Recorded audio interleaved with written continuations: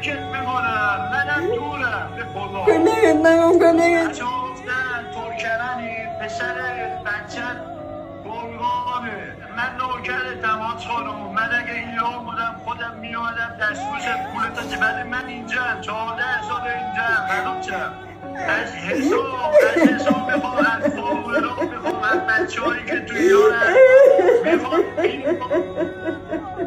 اینو بچه این آج خانم شما جای مادر بنده خودم رو بیاموزه. کمکت میکنم، منم دورم به خدا. کنه نگم کنه من